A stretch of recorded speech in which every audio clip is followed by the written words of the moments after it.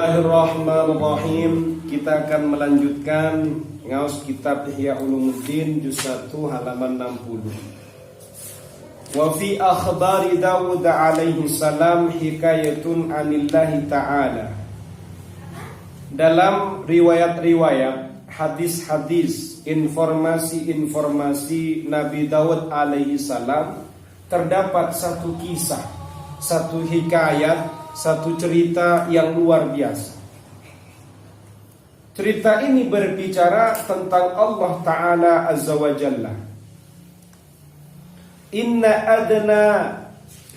adna ma asna'u bil alim idza athara syahwatahu ala mahabbati an uhrimahu ladhidha munajati ya Dawud.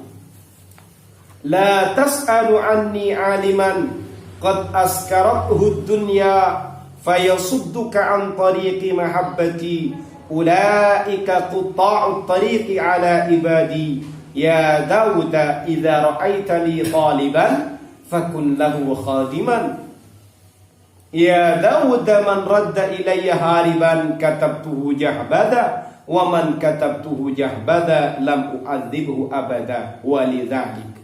Luar biasa. Jadi bagaimana Allah Ta'ala ini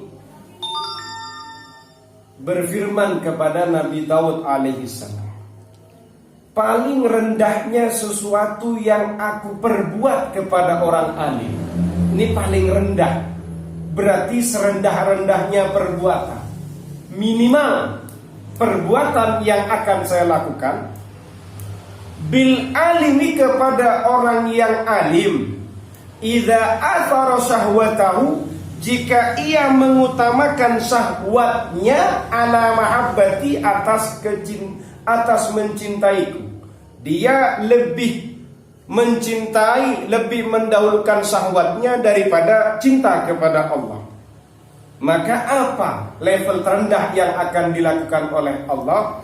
An uhrimahu ladhidha munajati, maka ia akan terlarang atas lezatnya munajat kepada Allah.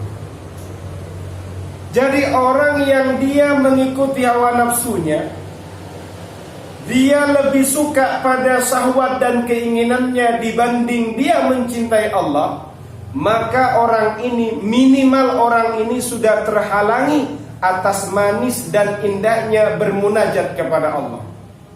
Makanya kalau kita ini bermunajat masih belum khusyuk, kita ini sholat memanggil Allah belum khusyuk, maka perlu bertanya-tanya kepada diri kita. Jangan-jangan kita ini masih lebih besar cintanya kepada dunia, lebih besar cintanya kita kepada syahwat daripada cintanya kita kepada Allah. Nah, ini harus dibangun. Ini adalah hukuman minimal. Bagaimana hukumannya maksimal? Gitu. Hukuman minimalnya orang alim yang ia lebih suka pada syahwatnya, dia terhalangi untuk merasakan manisnya bermunajat kepada Allah. Allah, luar biasa kan? Ya Dawud, la tas'alu anni aliman. Wahai Nabi Daud, kamu jangan bertanya kepadaku tentang orang alim. Qad askarathu dunya, yang ia telah terbuai oleh dunia, yang ia telah mabuk oleh dunia. Fayasudduka an tariqi mahabbati, karena itu nanti akan menghalangimu untuk jalan mencintaiku. Tanya tok itu, ya kan? Jadi tanya tok itu nanti bisa menghalangi Nabi Daud untuk masuk menjalani pada jalan mencintai Allah. Ulaika qutta'ut thariq, mereka adalah qutta'ut thariq, para begal. Ngerti begal kamu? Apa begal itu? Begal. Begal itu biasanya penjahat di rumah atau di jalan. Qutta'ut thariq, mereka adalah begal yang ada di jalan. ala ibadi, atas hamba-hambaku. Jadi hamba-hambaku itu tidak bisa bermunajat kepada Allah karena ada ulama yang sedemikian ini. Mereka itu adalah begalnya. Mereka itulah adalah begal yang mengacaukan jalan untuk mencintai Allah. Seperti itu. Makanya saya bikin Ma'had At-Tamimi yang berbisnis ini kan tetap dibatasi jam 8 sampai jam 4. Seperti itu. Tapi kadang santrinya juga malah membuat acara sendiri. Begal berarti dia. Setelah Isya malah muncul itu film Korea itu kan. Muncul film Korea. Tersenyum orangnya itu. Bisa jadi pakai baju pink atau kuning atau pakai jas. Seperti itu. Jangan jadi begal kalian. Berbahaya ini. Quta'ut thariq ala ibadi. Ya Dawuda, idza ra'aita li taliban, wahai Nabi Dawud, jika kamu menemukan orang yang ia mencari diriku, berarti orang ini pengen bertemu Allah, mencari Allah, meniti jalan Allah, menuju jalan Allah, beribadah kepada Allah. Fakun lahu khadiman, jadilah kamu pelayannya. Ada di situ Sofi pengen dekat kepada Allah. Dia pengen tahu jalan menuju Allah, pengen bertemu Allah, pengen beribadah kepada Allah. Pas, jadilah kamu pelayannya. Seperti itu. Kiai itu kan jadi pelayannya santri yang mau bertemu Allah. Kiai itu, ustadz itu menjadi pelayannya para murid yang ia pengen dekat kepada Allah. Seperti itu. Disuruh layani mereka, karena mereka itu mencari Allah. Seperti itu. Jadi jangan sampai pelayan ini kecewa, sudah dilayani malah dibegal. Kasihan pelayan itu. Ya Via, sudah jadi pelayan loh Mam, saya dibegal di tengah jalan Mam. Ya Allah, luar biasa ini Mam. Ya Dawud man radda ilayya hariban katabtuhu jahbada. Wahai Nabi Dawud, orang yang mengembalikan dirinya kepadaku hariban dalam keadaan berlari. Ini orangnya ini prakteknya orang itu dia berbanyak bermaksiat, berbanyak bikin kemaksiatan, bikin dosa, kemudian tobat. Tobatnya kencang sekali, kembali kepada Allah hariban dalam keadaan berlari. Sadar kalau yang dia lakukan selama ini salah, tobat kepada Allah hariban dalam keadaan berlari.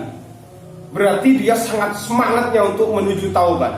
Maka katanya Allah, katabtuhu jahbada. Maka saya tulis dia, saya pastikan dia jahbadan, dia adalah orang yang cerdas. Waman katabtuhu jahbada, barang siapa yang sudah saya tulis, saya pastikan dia menjadi sosok yang cerdas, lam u'adzibhu abada, maka selama-lamanya saya tidak akan menyiksanya. Makanya bersyukur amat kamu kumpul dengan imam yang tidak selalu ngomong dunia, kumpul dengan Sofi yang tidak selamanya dia menyanyikan dan dia baca Quran ya kan, sampai masuk ke dalam itu kan suaranya. Yang dia juga kadang berbicara tentang agama, berbicara tentang kebaikan. Itu disyukuri Mak, menjadikan pintu kamu untuk mendapatkan yang lebih besar, nikmat akhirat khususnya menjadi semakin terbuka terang. Loh ini janjinya Allah. Orang yang sudah saya tulis menjadi jahbada, sosok yang cerdas, lam u'adzibhu abada, saya tidak akan menyiksanya abadan, selama-lamanya. Teman, betapa luar biasanya Roma. Coba kamu kerja kemarin di mana itu? Enggak dapat ini mah. Seperti itu. Dan ini lebih penting bagi itu rahmat ini dan bagi kita semua. Walidzalika qala Al-Hasan rahimahullah, uqubatul ulama mautul qalbi. Katanya Hasan rahimahullah, siksaannya orang-orang yang alim, hukumannya orang-orang yang alim, punishmentnya orang-orang yang alim, mautul qalbi, yaitu matinya hati. Jadi kalau sudah alim, kemudian hatinya mati, itu sebenarnya kamu sedang mendapatkan hukuman. Wa mautul qalbi, matinya hati itu kayak gimana? Tolabud dunya bi amalil akhirah, mencari dunia dengan pekerjaan akhirat. Rahmat, kamu kesini ngapain? Saya pengen kerja.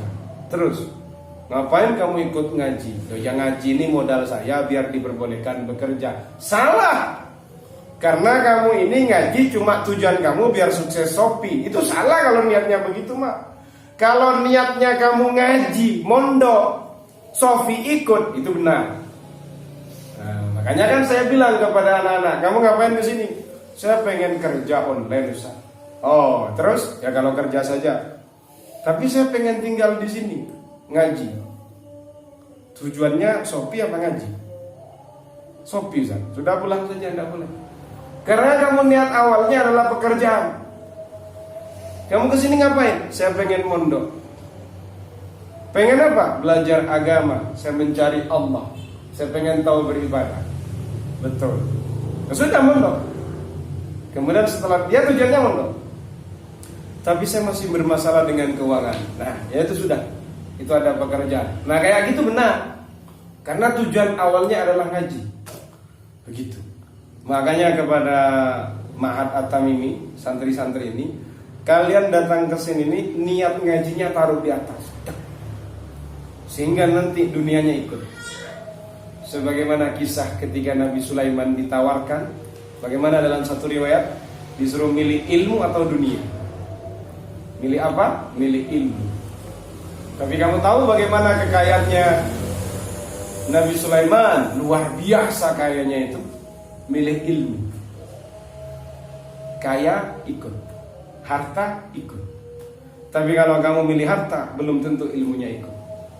Nah begitu. Ini perlu direstart ulang kan? Kalau ada yang salamat. Nah, begitu. Jadi kamu nanti kalau ilmu dulu yang kamu tanamkan, kamu ada transaksi sukses atau tidak sukses, kamu tidak begitu beban. Karena tujuan kamu adalah ilmu. Tapi kalau kamu tujuannya uang, malah kamu menyesal. Kenapa kok nggak transaksi? Mat ngaji, Mat. Kok ngaji lagi? Kenapa kok nggak libur saja? Nah, itu yang menjadi petanda. Kalau tujuannya ilmu, dia akan merasa kehilangan ketika ngajinya libur. Gitu loh. Tapi kalau tujuannya dunia, akan bahagia ketika ngajinya libur. Seperti itu. Paham, Sobi? Awas loh. Lebih ada sadar Sobi ini kan. Loh, kalau transaksi semangat, ngaji tidur, kan megeli itu kan ya. Katanya sudah siap dilayani ya, Mam ya.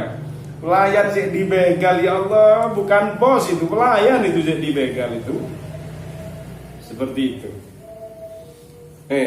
Jadi kalau kamu kemudian hatinya sudah mati hati itu bagaimana? Mencari dunia, tapi kamu menggunakan akhirat. Tapi tujuan yang kamu cari dunia, ini berarti hati kamu mati, tidak hidup. Nah yang kayak gini perlu dihidupkan oleh kalian, Bagaimana menghidupkannya? Mendekatkan diri kepada Allah, banyak berzikir dan macam-macam sebagainya. Seperti itu. Walidzalika qala Yahya bin Mu'ad, oleh karena itu Yahya bin Mu'ad berkata, innama yadhhabu baha'ul ilmi wal hikmati idza tuliba bihima ad-dunya. Katanya Yahya bin Mu'ad, sesungguhnya hanya ketika ilmu dan hikmah itu, ya tak? Hanya ilmu dan hikmah itu hilang sisi baiknya, hilang keelokannya, idza tuliba bihimad dunya, jika dunia itu yang dituju dengan menggunakan ilmu dan hikmah. Ilmu kamu sudah tidak bernilai lagi, hikmah kamu sudah tidak bagus lagi ketika ilmu dan hikmah ini kamu tujukan untuk mendapatkan dunia. Itu katanya Yahya bin Mu'ad. Seperti itu. Wa qala Sa'id ibn al-Musayyab rahimahullah, Sa'id bin al-Musayyab rahimahullah berkata, "Idza ra'aitumul 'alima yaghshal umara." Jika kalian melihat orang alim yaghshal umara, bercampur baur dengan para pejabat, dengan para raja, para pimpinan, fahuwa lissun, maka orang alim itu adalah lissun, pencuri. Oh, ini kan berat. Ini orang alim ini kamu nanti bisa memunculkan fitnah. Kamu jadi kiai, kamu daftar jadi DPR, daftar jadi pejabat, daftar dari bupati, gitu? Seperti itu.